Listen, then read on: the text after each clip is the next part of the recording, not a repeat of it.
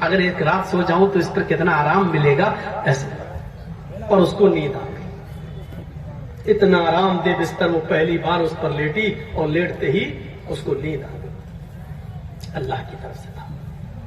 اور جیسے ہی وہ نیند کی گہری آغوش میں آئی،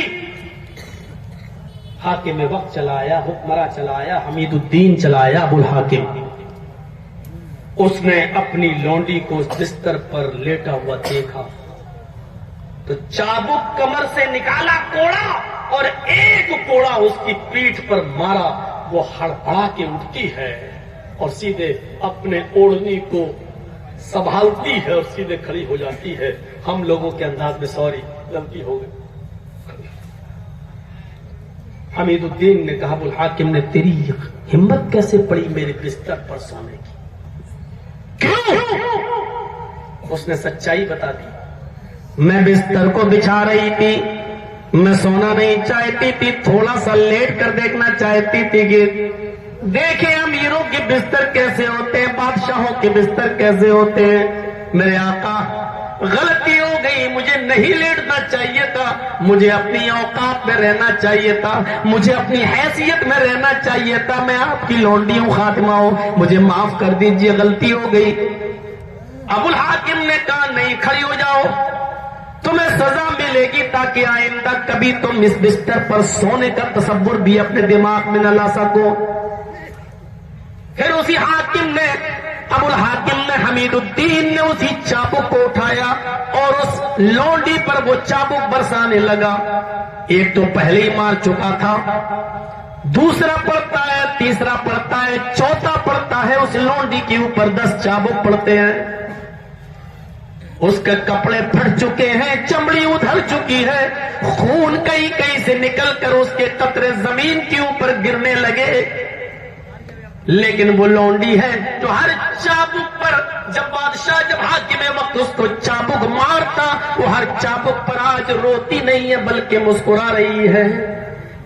دوسرا چابک پڑا، مسکرائی. تیسرا پڑا، مسکرائی. چوتھا پڑا، مسکرائی.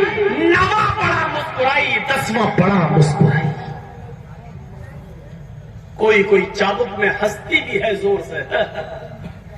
بادشاہ نے کہا چابک کو زمین پر پھینک کر، ایک چابک میں تو رو دیتی تھی، آج کیا ہو گیا تجھے؟ تکلیف نہیں ہو رہی ہے؟ میں تجھے سزا دینے کے لیے مار رہا ہوں اور تو ہر چابک پر ہنس رہی ہے، وجہ کیا؟ سچ بتانا، کیا تجھے تکلیف نہیں ہو رہی ہے؟ اس نے جو جواب دیا سنو. اس لونڈی نے جواب دیا، چھری کا کام کاٹنے کا ہوتا ہے، چابک کا کام تکلیف دینے ہی کا ہوتا ہے. ظاہر ہے کہ میں بھی انسان ہوں، تم بھی انسان ہو. چابک سے سزا دی جاتی ہے تکلیف دینے کے لیے، تو مجھے تکلیف کیوں نہیں ہوگی؟ میرے آقا، میرے مالک، ہر چابک پر مجھے تکلیف بھی ہو رہی ہے، کپڑا بھی میرا پھٹ رہا ہے، جسم میرا ادھڑ چکا ہے، کھال ادھڑ چکی ہے، میرے جسم سے خون کے قطرے زمین پر گر رہے ہیں.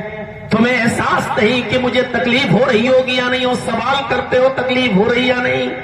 یقیناً تکلیف ہو رہی ہے. ابو الحاکم نے کہا، حمید الدین نے، پھر تم ہر چابک کے اوپر مسکرا کیوں رہی ہو، ہنس کیوں رہی ہو؟ تکلیف کی وجہ سے تو رونا چاہیے، لیکن تمہیں ہنسی کیوں آ رہی ہے؟ اس لونڈی نے اس بادشاہ کو جو جواب دیا، اے رام گھاٹ کے امیروں سنو، اے دولت مندوں سنو، اے ساہوکاروں سنو، اے پورنیا اور اس کے اطراف سے آنے والے لوگوں، اپنے کپڑوں کی دکانوں پر بیٹھے ہوئے ملازموں پر ظلم کرنے والے اور گالیاں دینے والوں سنو، ان کے استطاعت اور طاقت سے زیادہ ان سے کام لینے والوں سنو. اس لونڈی نے جو جواب دیا وہ جواب کیا تھا؟ اس لونڈی نے کہا، اے بادشاہ، اے ابو الحاکم، اے حمید الدین، آج مجھے صرف ہنسی اس لیے آ رہی ہے کہ میں کچھ سوچ رہی ہوں. تمہارے ہر کوڑے پر میں کچھ اور سوچتی ہوں اور وہی سوچ کر مجھے ہنسی آ جاتی ہے. حمید الدین نے کہا، کیا سوچتی ہے؟ کیوں ہنسی آ رہی ہے؟ اس نے کہا، میں یہ سوچ رہی ہوں کہ تیرے نرم گرم بستر پر، نرم و نازک بستر پر میں چند لمحوں کے لیے لیٹ گئی، چند لمحوں کے لیے سو گئی، لیٹتے ہی مجھے نیند آ گئی تو میرے مالک میرے آقا کے دربار میں میری یہ سزا ہے، اس نرم نرم بستر پر چند لمحوں کے لیے، چند منٹوں کے لیے میں سو گئی تو میرے مالک کی عدالت میں میری یہ سزا ہے، تو نے تو پوری زندگی عیش و آرام میں گزاری ہے، تو نے تو پوری زندگی اسی آرام میں بستر پر سو کر گزاری ہے، تو تیرے مالک رب العالمین کی عدالت میں تیری سزا کیا ہوگی، تیری سزا کیا ہوگی؟ یہ میرا میں یہ سوچ رہی ہوں کہ چند لمحوں کے لیے تیرے بستر پہ سونے کی سزا میرے مالک کی عدالت میں یہ ہے، تو جس کا غلام ہے، جس کا نوکر ہے، جس کا سروینٹ ہے اللہ رب العالمین کا، تو اس کی سرپرستی میں، اس کی حکومت میں، اس کی دی ہوئی عزت پر اپنے آرام کے بستر پہ سوتا ہے، تو اللہ کی عدالت میں، اپنے مالک کی عدالت میں تیری سزا کیا ہوگی؟ میں یہ سوچ رہی ہوں، دل کو چوٹ لگتی ہے۔ یہاں تو 25 سال کی پوری زندگی جرجیز کی گزر گئی تقریریں کرتے کرتے کٹیار، پورویاں، ارریا میں، لیکن جہیز جیسی ایک بدترین لعنت ابھی تک ختم نہیں ہو پائی۔ ہم اپنے گھروں سے جہیز جیسی بدترین لعنت کو دور نہیں کر پائے۔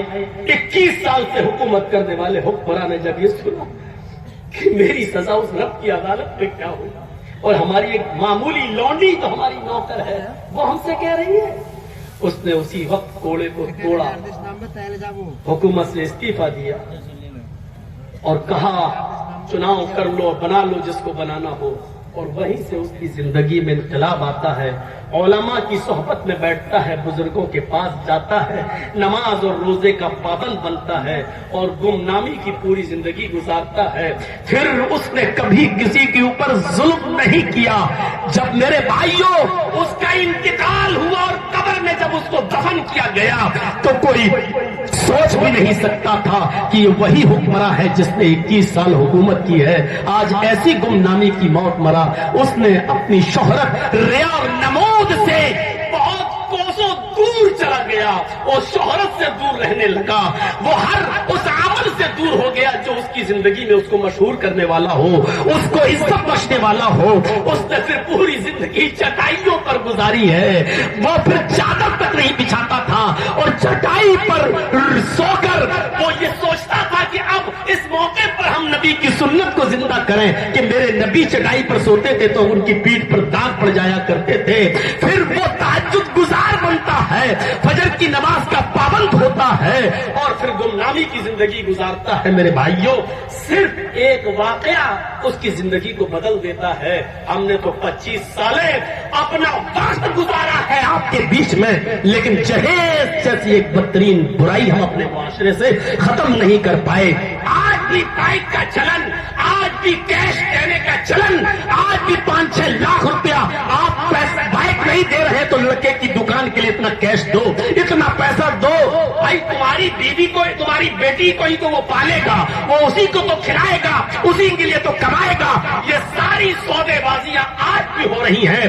25 سال کی زندگی میں تقریریں سننے کے بعد بھی، جلسے ہونے کے بعد بھی، کانفرنس ہونے کے بعد بھی، سینکڑوں مدرسے ہونے کے باوجود بھی، سینکڑوں مسجدیں ہونے کے باوجود بھی، سینکڑوں مسجدوں کے ممبروں پر خطبے ہونے کے باوجود بھی آج کسی گاؤں سے جہیز جیسی بدترین لعنت ہمارے معاشرے سے ختم نہیں ہوئی۔ کیا مقابلہ ہے ان لوگوں کا اور ہمارا، جو ایک واقعہ سنتے ہیں ایک لونڈی کی زبان سے اور اپنی حکومت کو فراموش کر دیتے ہیں، نہیں بننا ہے ہمیں حکمراں، چلے جاتے ہیں اور بیابان جنگل میں۔ میرے بھائیوں، علماء کی صحبت میں رہ کے نمازی بنتا اور دعوت و تبلیغ کا فریضہ انجام دیتا ہے۔ اب وہ ابو الحاکم نہیں ہے، اب تو حمید الدین ہے۔ اب لوگ اس سے ملنے نہیں آ رہے ہیں، بلکہ اذان کی آواز سنتا ہے تو مسجد میں نماز پڑھنے جا رہا ہے، اور جتنے لوگ مسجدوں میں جاتے وقت اس کو دکھ رہے ہیں سب سے کہتا چلیے صاحب نماز پڑھ لیجئے، چلیے صاحب نماز پڑھ لیجئے۔ ایک واقعے نے اس کی زندگی کو بدل دیا۔ ہماری زندگی میں کیوں انقلاب نہیں آتا ہے؟ بس ابھی 12 تاریخ آ جائے ربیع الاول کی، اس وقت ہم دکھا دیں گے کہ ہمیں رسول سے محبت کیا ہے۔ ڈی جے بجائیں گے, کیک کاٹیں گے, فیس بک اور میڈیا پر بھر دیں گے کہ ابلیس ہی خوشیاں نہیں منا رہا ہے, سب منا رہے ہیں.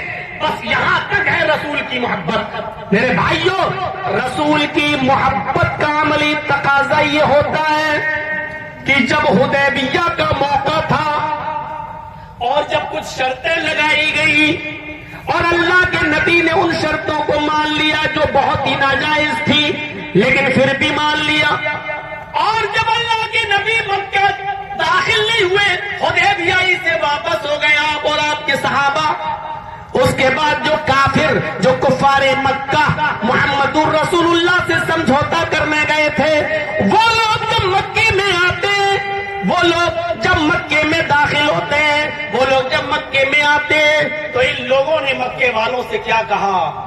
لوگوں نے کہا کیا ہوا, محمد الرسول اللہ سے بات چیت ہو گئی؟ کہاں جواب ہو گیا, اس سال نہیں آئیں گے, واپس کر دیا. اگلے سال آئیں گے, 3 دن سے زیادہ نہیں رہیں گے, 3 دن کے بعد وہ چلے جائیں گے, عمرہ کریں گے, تلوار میان میں رکھی ہوگی. یہ ساری باتیں سمجھوتا ہو گیا.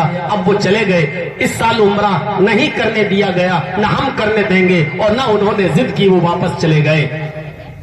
اچھا, لیکن ان کافروں میں ایک آدمی تھا جس کا نام تھا عروہ, جس کا نام تھا عروہ. عروہ نے مکے والوں سے کیا کہا, مکے کے سپہ سالاروں سے کیا کہا, قریش کے بڑے بڑے سرداروں سے کیا کہا. عروہ نے کہا, قریش کے لوگوں, آئے قریش کے سرداروں, آئے مکے میں رہنے والے معزز لوگوں, تمہاری کیا عزت ہوگی جو عزت میں نے محمد الرسول اللہ کی ان کے ساتھیوں کے بیچ میں دیکھی. اللہ کے نبی جب عمرے کی غرض سے آ رہے تھے تو بہت سے صحابہ کو لے کے آئے تھے, لیکن کافروں نے کرنے نہیں دیا, حدیبیہ کے مقام پر روک دیا, شرطیں لگا کے واپس کر دیا. عروہ نے کہا تمہاری کیا عزت ہوگی جو محمد الرسول اللہ کی عزت دیکھی میں نے ان کے ساتھیوں کے بیچ. آئے لوگوں, میں نے دیکھا. عروہ کا بیان سنو اور اڑ کے جاؤ جس کو جانا ہو جلدی, پیشاب لگنے والے, شوگر والے لوگ. اب یہاں سنیے گا, تھوڑا سا توجہ دیجیے گا, بڑی قیمتی بات بتلا رہا ہوں, یہ ابھی میں نے بتائی نہیں ہے یہ باتیں, ذرا سنیے. عروہ نے کیا کہا؟ عروہ نے کہا تمہاری کیا عزت ہوگی جو میں نے محمد رسول اللہ کی دیکھی. ہم نے دیکھا حدیبیہ کے مقام پر کہ محمد الرسول اللہ تو کھانسی آ جاتی ہے ایسے, اور کھکار آنے کے ساتھ ساتھ تھوڑا سا تھوک محمد الرسول اللہ کا منہ میں آ گیا.